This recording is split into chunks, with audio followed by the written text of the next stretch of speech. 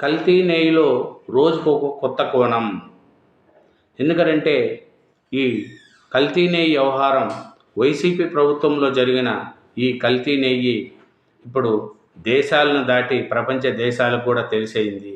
హిందువుల మనోభావాలతో ఆడుకుంటున్న అప్పటి వైసీపీ ప్రభుత్వం ఈ కల్తీ నెయ్యి వ్యవహారాన్ని ఇప్పుడు చూసుకుంటే అన్ని కొత్త కొత్త కోణాలు బయటపడుతున్నాయి.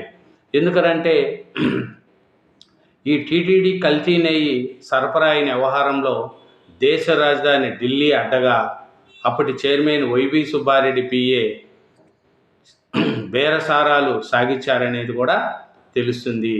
కాబట్టి ఈ కల్తీ నెయ్యి ఘోర అపచారము అని పెద్ద జిఆర్ లేఖ కూడా రాశారు.